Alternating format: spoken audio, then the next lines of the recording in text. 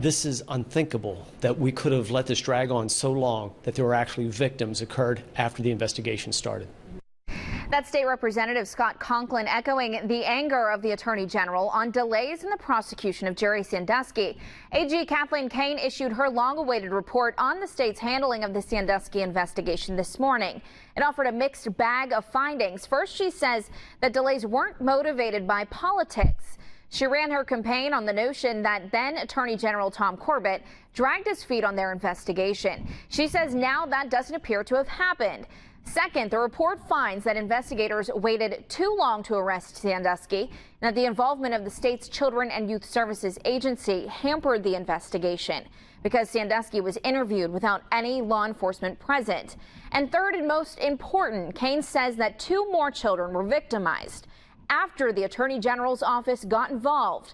Jerry Sandusky picks up the story from there. Back in 2012, then Attorney General candidate Kathleen Kane said there were probably political factors involved in the delay in charging and arresting Jerry Sandusky, and that she would have never used a grand jury in his investigation.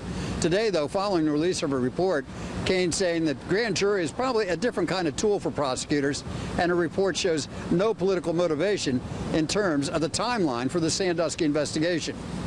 It was heard almost immediately after Sandusky's 2011 arrest that the nearly 3-year investigation before he was charged stalled because then Attorney General Tom Corbett was running for governor.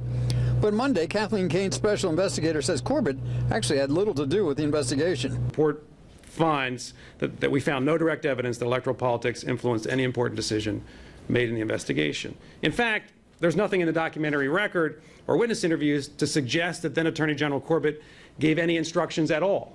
But Kane had different news on another high-profile issue, answering the question, did the lengthy investigation give Sandusky more time to abuse more victims? There is a question as to whether anybody indicated that they were abused by Sandusky after the Office of Attorney General received the referral in March of 2009 and while Sandusky was walking the streets. The answer to that question is 2 individuals have indicated that they were abused by Sandusky in the fall of 2009. The investigation prosecutors, though, contend that didn't happen, that Kane has the facts wrong. Prosecutors involved in the original Sandusky investigation understandably not too happy with Kathleen Kane's report, saying the bottom line is Jerry Sandusky was convicted on more than 40 child sex abuse counts and will probably be spending the rest of his life in jail.